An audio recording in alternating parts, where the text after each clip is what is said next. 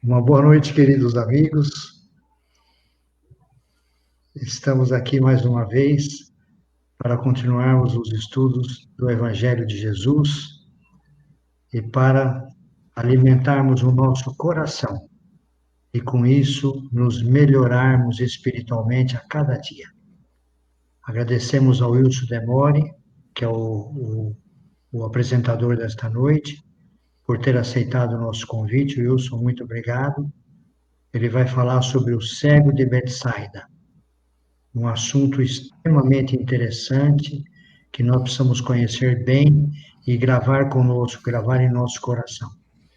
Então, o Wilson é um companheiro do Centro Espírita Redenção.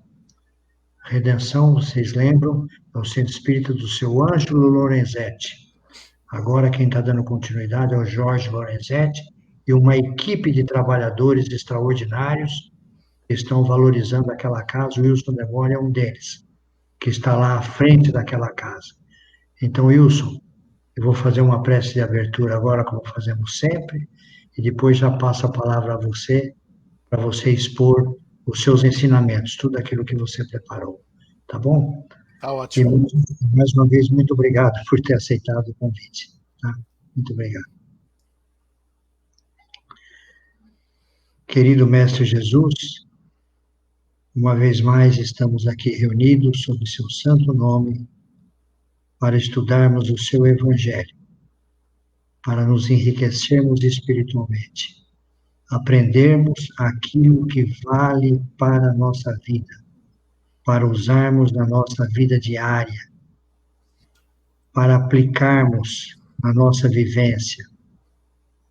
E permita, Senhor Jesus, que o Wilson Demore seja intuído, amparado pelo seu protetor espiritual, para que ele possa transmitir o melhor, exatamente aquilo que nós precisamos, e que as lições de hoje fiquem gravadas em nosso coração. Muito obrigado, Senhor Jesus, por mais essa oportunidade de aprendizado. Que assim seja. Wilson, então agora passamos a palavra para você. Tá? Tá ótimo, obrigado. Wilson. Bom, meus queridos irmãos, minhas queridas irmãs, muito boa noite. Que Deus, nosso Pai, na sua infinita misericórdia e bondade, abençoe as nossas lutas e nos tornarmos pessoas melhores. Eu queria, primeiramente, do fundo do meu coração, agradecer o convite que o Ariovaldo me fez para vir a essa casa tão maravilhosa. Eu sou fã do Ariovaldo, eu tenho assim, uma admiração, um respeito muito grande pela história do Ariovaldo dentro da doutrina espírita aqui em Araraquara. Eu li o livro dele, Pérola Negra, eu fiquei apaixonado. Agora eu vou começar a ler a proposta do Coronel Ariovaldo. Está na conta do Kindle Unlimited. Eu tenho essa conta, eu vou começar a ler agora a proposta do Coronel. Que emoção isso aí. Muito obrigado, hein, Wilson? Imagina, eu que agradeço você por essas obras maravilhosas que você tem feito por nós. Obrigado você. Obrigado. E hoje aqui, então, para falar de um assunto que tem muito a ver com todo esse momento que nós estamos vivenciando, com toda essa situação que nós estamos vivenciando, uma passagem contida lá no Evangelho de Marcos, que é a cura de um cego, o cego de Betsaida. Antes da gente entrar especificamente para tentar discutir um pouquinho sobre essa cura, falar um pouquinho da questão das curas e milagres do Evangelho, tentar entender, né? Se é possível realmente um milagre acontecer na nossa vida, uma cura acontecer na nossa vida. E é interessante que quando você estuda as curas atribuídas a Jesus, as curas e os milagres atribuídas ao Mestre no Novo Testamento, tem em torno aí de 31 curas que são atribuídas a Jesus. É interessante que em nenhuma dessas curas, em nenhuma delas, Jesus diz, eu te curei. Em nenhuma. Primeiro, quando alguém procurava Jesus na busca de uma cura de algo, de algum tipo de enfermidade, de algum problema que estivesse passando, Jesus perguntava, como eu posso te ajudar? Porque Jesus já nos ensina que naquela época, desde a época, 2000 anos atrás, já existiam pessoas que não queriam ser curadas. Então Jesus nunca diz, eu te curei. Mais do que isso, quando curava, ele fazia duas advertências. Ele dizia: a tua fé te salvou. E dizia também: vá e não peques mais. Então, o primeiro passo para poder entender a questão da cura seria quando Jesus nos fala: a tua fé te salvou. E também dizia: os teus pecados estão perdoados. Em algumas das curas, Jesus dizia: os teus pecados estão perdoados. Entender o perdão do pecado, entender que a fé salva a pessoa no sentido do erro de rota, no erro de alvo, desvio do caminho. Jesus via nas pessoas que ele curava a possibilidade de retornar ao caminho que leva até Deus, que enxergava a situação, a enfermidade pela qual aquela pessoa passava, como um reajuste do seu espírito. Por isso que tem muita gente que Jesus não curou. Mas quando ele enxergava alguns aspectos naquela pessoa que vinha pedir a cura, ele sempre dizia: a tua fé te salvou, vai e não peques mais. Chico Xavier, no livro Dicionário da Alma, narra o seguinte, que o milagre é sempre o coroamento do mérito, nunca uma derrogação das leis naturais, que funcionam igualmente para todos. Então as leis de Deus, a que todos nós estamos submetidos, nós somos iguais perante a lei de Deus. Quando um milagre acontece na nossa vida, quando uma cura acontece na nossa vida, é porque nós também temos uma via de mão dupla com o Pai. Nós fazemos a nossa parte. Então a dificuldade que a vida nos apresenta, as dificuldades, aliás, que a vida nos apresenta, são uma ferramenta são um instrumento, uma ferramenta de evolução do nosso espírito. Então nós, enquanto espíritas, temos que entender que o milagre é sim possível acontecer na nossa vida. Aquilo que a nossa mãe dizia, a nossa avó dizia: cuidado com as coisas que você pede para Deus, que ele costuma atender. Isso, dentro de determinados aspectos, é uma grande verdade na doutrina espírita. Porque é possível sim uma cura, é possível sim um milagre na nossa vida. Desde que a gente acredite na cura, a gente acredite na superação dos problemas, e que no momento certo esse problema irá sair da nossa frente. Como Maria dizia, isso também passa, vai passar. Um segundo aspecto que nós temos também que levar em conta para estudar as curas e milagres atribuídas a Jesus é que todas as pessoas que Jesus curou, todas elas, desencarnaram. Todas essas pessoas que estão narradas no Novo Testamento, curadas, atribuídas a Jesus, a cura ou o milagre, todas essas pessoas morreram, desencarnaram. Inclusive já reencarnaram, desencarnaram, reencarnaram, desencarnaram.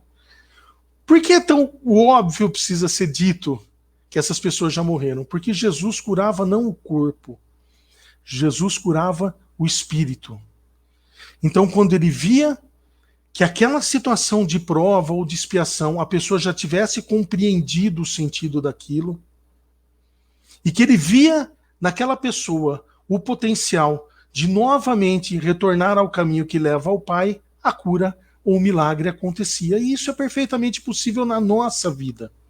Então, mais uma vez, eu vou dizer aqui, para nós espíritas, é perfeitamente possível acreditar que o Evangelho do Cristo nos liberta e nos cura.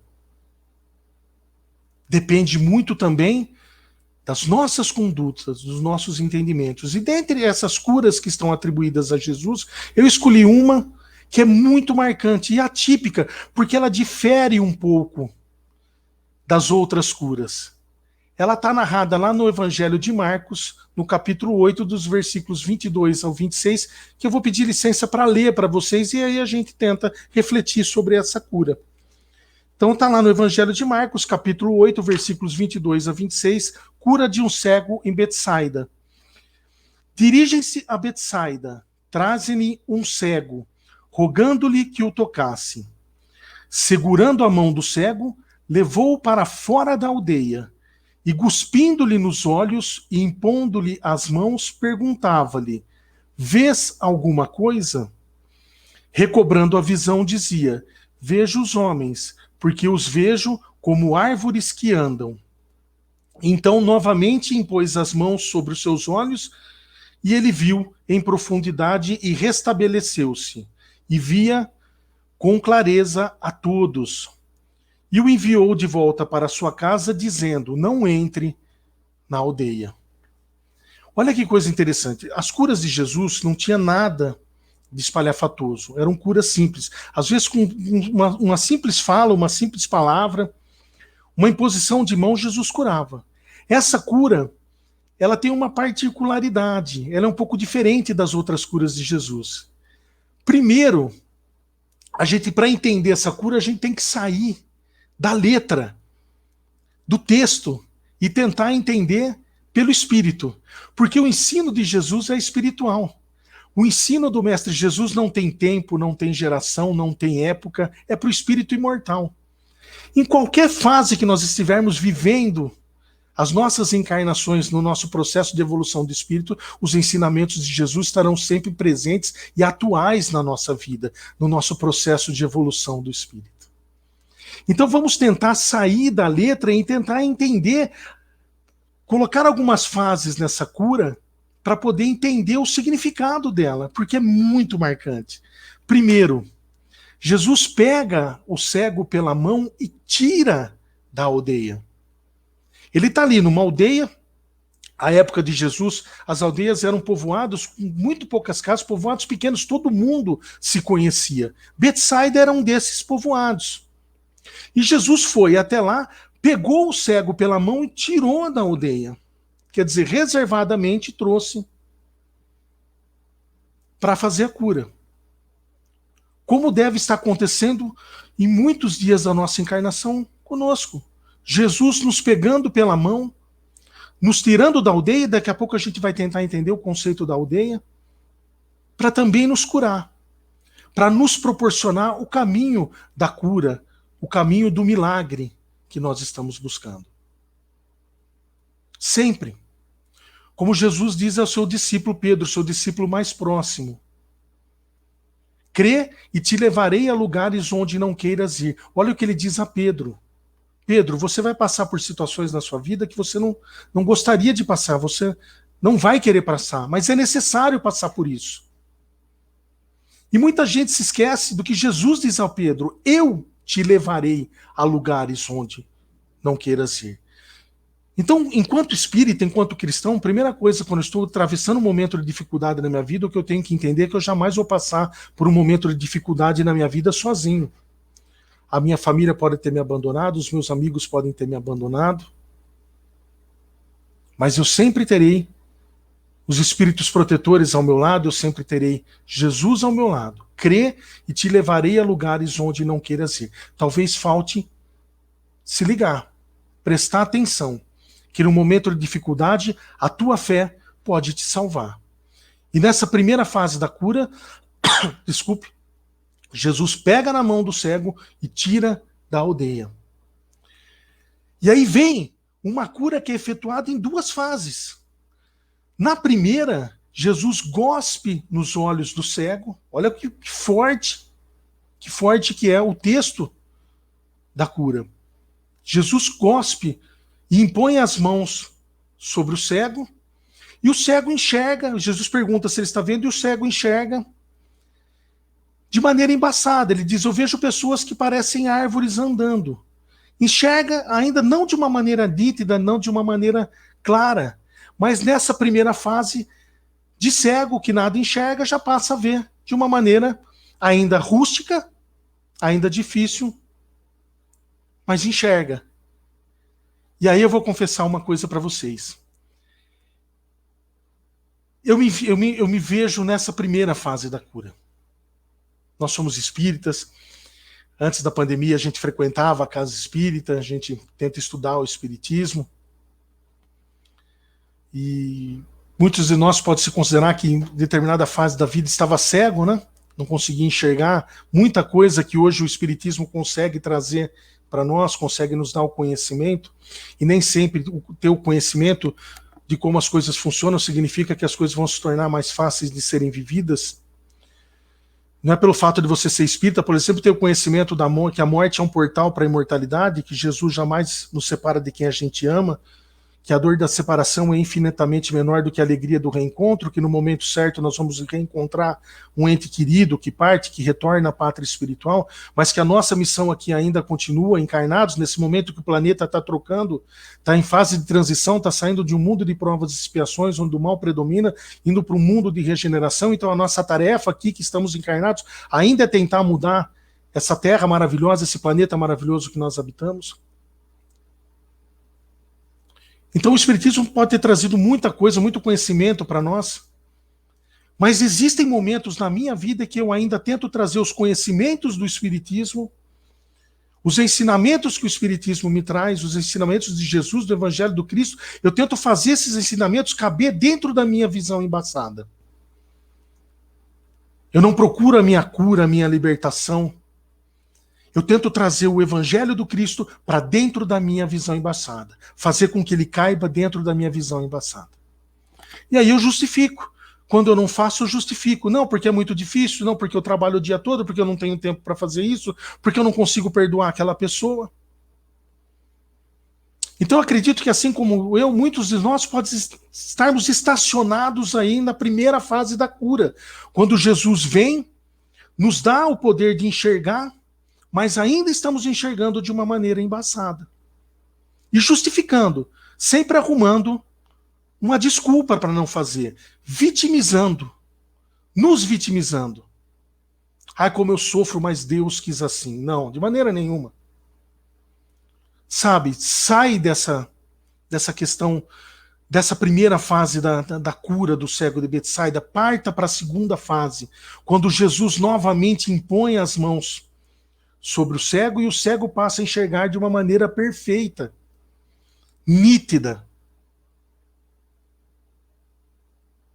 E aí nós estamos vivenciando um momento atual na humanidade que o plano espiritual está nos passando uma mensagem para que a gente possa sair dessa primeira parte da cura, de enxergar tudo embaçado, e começar a enxergar de uma maneira nítida, entender que o que está acontecendo. Só que no nosso país, mais de 200 mil pessoas retornaram à pátria espiritual. Entender que isso tem um propósito. Tirar os ensinamentos que o plano espiritual quer nos trazer através da Covid-19, da pandemia. Sair da pandemia, e logo, logo nós vamos sair dela, muito mais fortalecidos do ponto de vista espiritual do que quando nela entramos. Não cometer, a hora que sair desse processo de pandemia mundial, os mesmos erros espirituais que nós cometíamos antes de entrar na pandemia. Qual mensagem que nós podemos tirar de tudo isso que nós estamos vivenciando? Para isso eu peguei duas questões do Livro dos Espíritos que nos mostra o quão importante essa pandemia tem sido para que a gente possa nos fortalecer espiritualmente. Primeiro eu fui buscar, lá na questão 696 do Livro dos Espíritos, Kardec faz a seguinte pergunta ao Espírito da Verdade: qual seria o efeito da abolição do casamento sobre a sociedade humana? E aí os Espíritos respondem a Kardec: uma regressão à vida dos animais. Então Kardec pergunta aos Espíritos o que aconteceria se nós abolíssemos o casamento da sociedade. O Espírito da Verdade muito claramente diz a Kardec: retornaríamos à vida dos animais. Durante o ano de 2020, agora um pouco mais relaxados, não poderíamos, mas estamos um pouco mais relaxados em relação a isso, nós estávamos num isolamento mais severo, dentro das nossas casas, ou trabalhando em home office, ou com contrato de trabalho suspenso. Dentro da nossa casa com a nossa família. Com a minha esposa, com os meus filhos. Os filhos não estavam indo na escola, estavam e não estão ainda indo na escola. Trabalhando dentro de casa ou com contrato suspenso. Mas ali uma oportunidade bendita de fortalecer os laços conjugais, os laços do casamento. Porque você está passando o tempo todo dentro de casa com a sua esposa. E qual é a sua postura diante disso? Qual é a via de mão dupla que você estabelece com Deus para que a cura ou o milagre aconteça na sua vida. Sendo que uma pandemia te fez ficar dentro de casa com a sua esposa. Quanto tempo faz que você não olha para sua esposa e para o seu marido e diz: eu te amo, desculpa não te falar isso todos os dias? Ou você está partindo para aquela postura: eu não vejo a hora que a casa espírita volta, que ela reabra, porque eu não aguento mais ficar dentro da minha casa. Como infelizmente já ouvimos esse tipo de relato. Mas nós temos uma oportunidade dentro desse processo tão desafiador que nós estamos vivenciando de fortalecer os laços do casamento. E às vezes a ficha não está caindo.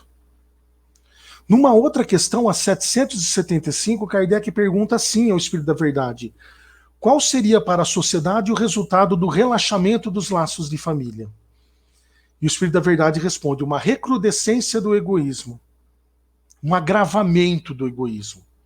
Então, se você afrouxa os laços, desfortalece os laços de família, você se torna uma pessoa cada vez mais egoísta. A espiritualidade respondendo a Kardec de maneira muito clara, objetiva e curta. E você está aí, dentro de casa. Quanto tempo que você não tinha, antes da pandemia, que você não tinha tempo para conversar com seu filho, para perguntar como ele está na escola, para perguntar como está a vida do seu filho.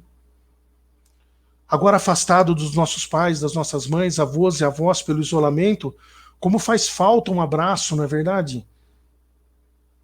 E aí você tem a oportunidade de, na hora que sair dessa pandemia, chegar na casa do seu pai, da sua mãe, do seu avô, da sua avó, e dar um abraço e dizer: olha, como você é importante na minha vida, muito obrigado por tudo que você faz e fez por mim.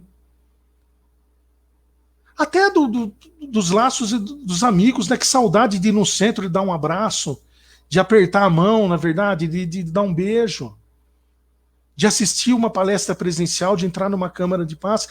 A pandemia vem para nos mostrar a importância de tudo isso na nossa vida, de como isso é importante, de como isso nos faz falta, de quanto é indispensável essa aproximação do Cristo na nossa vida.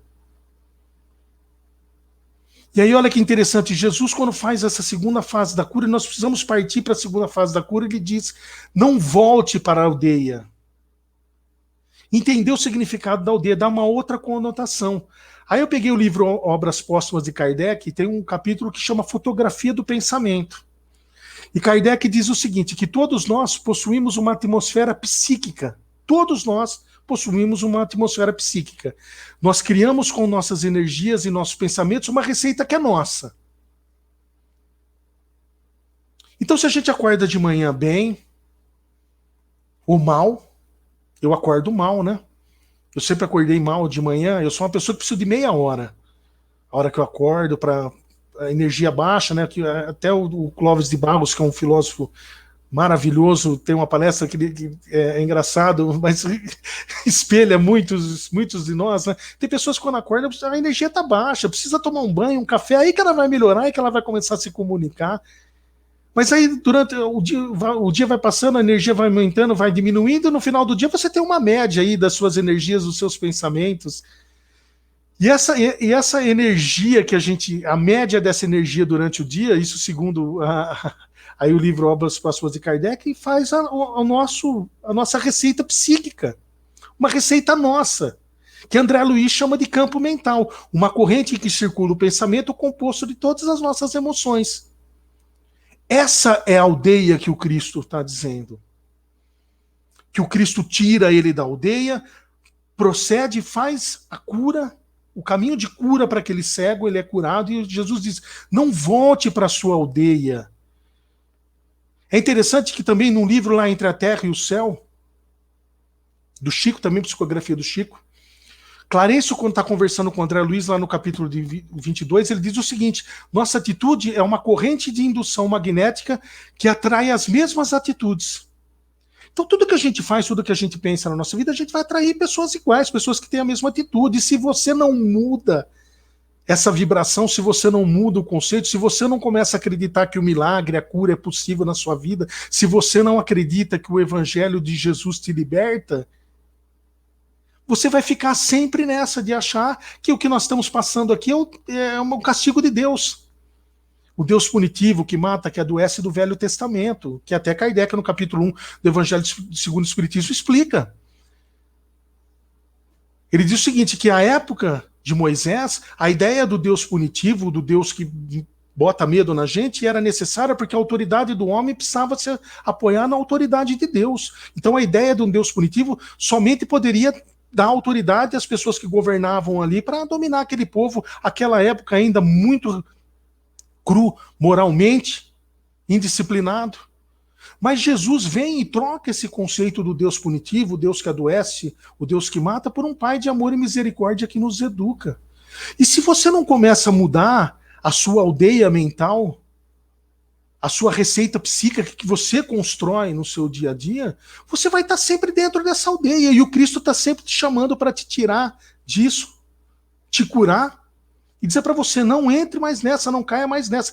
Existe uma hora na nossa vida que o Cristo precisa entrar na nossa aldeia e nós precisamos abrir a porta para o Cristo entrar, para nos tirar de todo esse círculo mental de pessimismo, de uma situação triste, de achar que tudo isso que nós estamos vivenciando é um castigo de Deus. Não é. É uma oportunidade bendita de crescimento espiritual. E a gente temos visto isso durante muito tempo. As pessoas desanimadas, as pessoas desiludidas, achando que esse mundo não tem mais jeito. Para nós espíritas, essa conversa não funciona. Para nós espíritas, a conversa é outra. Nós temos como mudar o mundo que nós estamos vivendo. Basta que eu saia dessa minha aldeia, dessa corrente de indução magnética ruim que eu crio para mim e começo a acreditar verdadeiramente, enquanto cristão, que é possível uma vida muito mais fácil de ser vivida. Uma vida muito mais tranquila, porque o conhecimento pode não deixar as coisas mais fáceis, mas pelo menos você leva com mais fé, com mais coragem, com mais resignação e com otimismo. Por isso que ela fica mais fácil, porque você vai crer na imortalidade da alma, a crença na vida futura, vai criar uma fé inabalável porque você acredita que o Evangelho do Cristo liberta, o Evangelho do Cristo faz um milagre na sua vida. E agora a medicina tem descoberto, a ciência tem descoberto que o vírus da Covid-19 está tendo variações. Ou seja, a ficha precisa cair. Para nós sairmos da pandemia mais rapidamente, precisamos entender tudo isso que está acontecendo, que é um processo de fortalecimento do nosso espírito, uma oportunidade bendita de poder evoluir espiritualmente, ser uma pessoa mais caridosa, ser uma pessoa que melhorar suas relações, as relações com o seu trabalho, as relações com a sua família, a relação com as pessoas em geral, ser uma pessoa mais caridosa, uma pessoa mais suficiente, menos egoísta, menos mesquinha, aprender a dividir o que tem. A pandemia vem nos trazer isso também, dentro da nossa casa, com os salários diminuídos, com os contratos suspensos, nós estamos aprendendo a dar valor às coisas que a gente tem. Nós estamos vendo as pessoas em dificuldades materiais enormes e nós estamos nos propondo a ajudar. E que isso continue, a hora que terminar essa pandemia, continuemos sendo pessoas caridosas, pessoas que saibam dividir o que tem, suficientes. Esse é o conceito verdadeiro da humildade do ponto de vista bíblico, evangélico. Humildade significa suficiência, não carência material. Ser uma pessoa humilde significa ser uma pessoa suficiente no que come, no que bebe, no que veste, aprender a dividir, a parar os seus excessos. Tanta coisa que você tem dentro da sua casa que você não usa, que você não vai usar e que está aí dentro da sua casa porque com tanta gente precisando. A pandemia está nos trazendo essa reflexão. E aí quando você pensa em cura, quando você pensa em milagre, lembrar das palavras de Emmanuel no livro Vinhas de Luz, psicografia do querido Chico. Quantas enfermidades pomposamente batizadas pela ciência médica não passam de estados vibratórios da mente em desequilíbrio? Sai dessa aldeia do pessimismo, de que nada dá certo, seja curado por Jesus, permita o milagre do Cristo na tua vida, a cura do Cristo na tua vida, e acredita que enquanto cristão, enquanto espírita, cada vez mais nós temos que ter fé na vida futura, que nós podemos melhorar tudo isso que está acontecendo ao nosso redor, tudo isso que acontece no mundo. Eu queria do fundo do meu coração agradecer a oportunidade de vocês terem me ouvido, agradecer ao querido amigo Ariovaldo pelo convite que ele me fez. Sou muito grato, muito feliz por estar nessa casa abençoada pela primeira vez e que a paz do nosso Mestre Jesus permaneça conosco agora e sempre. Muito obrigado.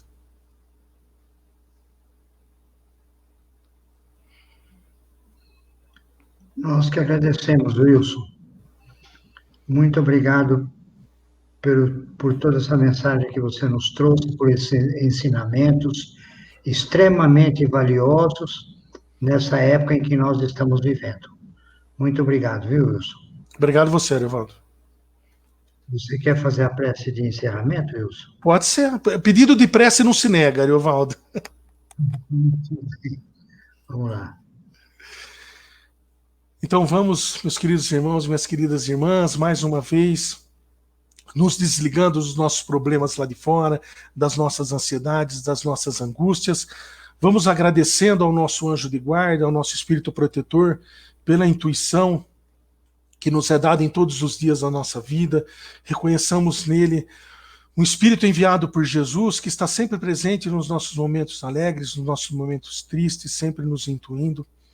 Vamos agradecendo a Jesus a oportunidade bendita de estarmos encarnados, a oportunidade bendita de mais uma vez podermos estar aqui na evolução, no processo evolutivo do nosso espírito. Agradecer ao Senhor Jesus tudo que temos, tudo que somos, e pedimos ao Senhor que leve até Deus nosso Pai em agradecimento a tudo que acontece na nossa vida, leve até Ele a prece que o Senhor mesmo nos ensinaste, dizendo: Pai nosso que estais nos céus em toda parte, santificado seja o teu nome. Venha a nós o vosso reino, seja feita a tua vontade, assim na terra como em toda parte. O pão nosso de cada dia do corpo e do espírito dai-nos hoje e sempre. Perdoa, meu bom Pai, as nossas dívidas, à medida em que fomos perdoando aqueles que nos devem.